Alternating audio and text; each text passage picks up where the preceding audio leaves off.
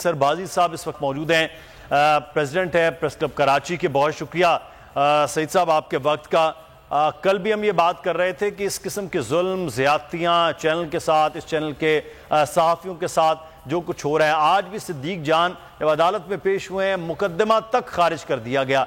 यानी कि मज़ाका खेज़ ये है कि जिस किस्म के मुकदमे बनाए जा रहे हैं अदालत उन मुकदमात को भी खारिज कर रही है। तो ये इंतकामी कार्रवाइयाँ, सहाफ़ियों को पकड़ना, उनको ज़दोकोब करना, क्या यही कुछ इस हुकूमत का करने का रह गया है? जी बिल्कुल। देखें, ये जो इस वक्त जो हुकूमत कार्रवाइयाँ कर रही है, मैं समझता हूँ कि ये डेमोक्रेटिक पॉलिटिकल डिस्टेंशन जो है वो एक इस तरह एक क्लासिकल जो है थर्ड वर्ल्ड डिक्टेटरशिप की तरफ हम ले जा रहे हैं।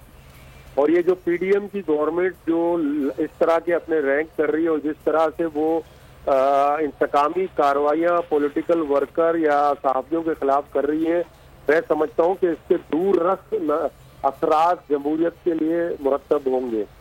और न सिर्फ ये जमहूरियत के लिए बल्कि खुद आने वाले वक्त में ये एक हिस्ट्री बन जाएगी कि हमने माजी में भी देखा है कि हमेशा से ये कार्रवाइयाँ जो है आमराना और जो है डिक्टेटर्स लोग करते थे। हमेशा जमहूरी जो हुकूमतें आती थी वो हमेशा से चीज़ों को बर्दाश्त करती थी, फ्रीडम ऑफ एक्सप्रेशन हो या पॉलिटिकल जो एक्टिविटीज होती है उनको बर्दाश्त करती थी। लेकिन इस तरह से हमें जिस तरह से ये लग रहा है, जिस तरह से कार्रवाइयाँ जिस तरह से बोल के खिलाफ या ARY के खिलाफ हो रही है, ताकि उनको जो है बोलने से रोका जाए और उनको खौफजदा किया जाए।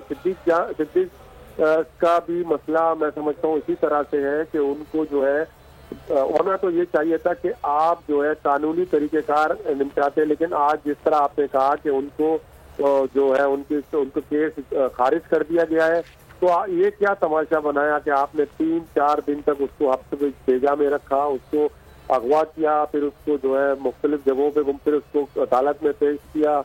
और फिर जो तो मसला ये है कि आप ये कौन सी रिवायत, और आप जैसे जमहूरियत की बात करने वाले लोगों को ये जेब नहीं देता कि इस तरह के जो है असंडे। सईद साहब, इख्तलाफ राय को बर्दाश्त ना करें। सहाफ़ी का काम तो रिपोर्ट करना है, किसी के लिए वो मनपसंद होगी, किसी के लिए वो नापसंदीदा होगी। तो क्या ऐसे ओछे हथकंडों से और जिस तरह से हुकूमत ये काम करती है, क्या आज तक कभी कोई सहाफ़ी डरे हैं? आपका इतना अरसा हो गया है प्रेस क्लब के अंदर, यूनियंस के अंदर, सहाफ़ियों के अंदर, आज तक कभी कोई डर के कहा है कि ठीक है जी मैं नहीं करता?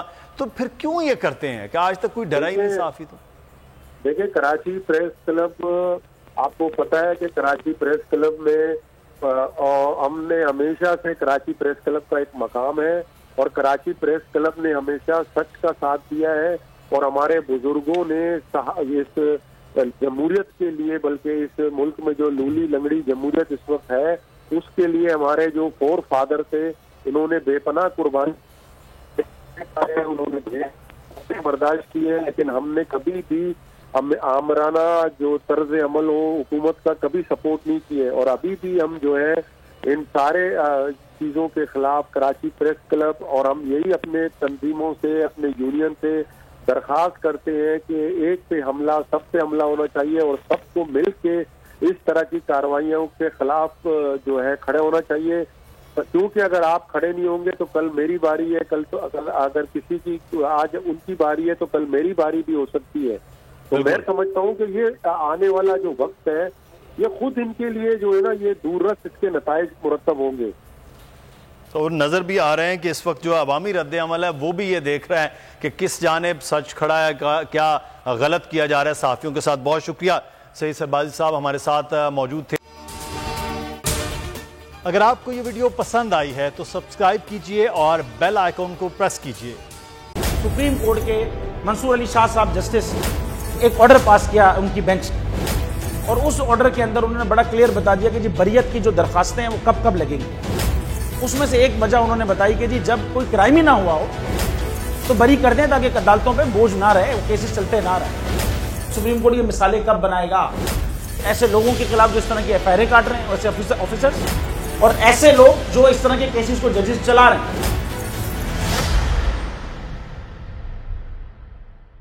رحمت کا مہینہ آ گیا ہے، بخشش کا سفینہ آ گیا ہے، ہوگی ملاقات علماء دین سے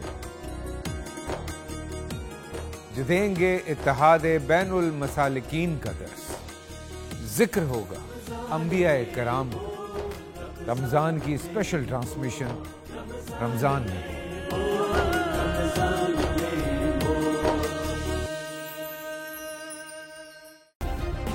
سبسکرائب کریں اور بیل دبائیں تاکہ کوئی خبر رہ نہ جائے۔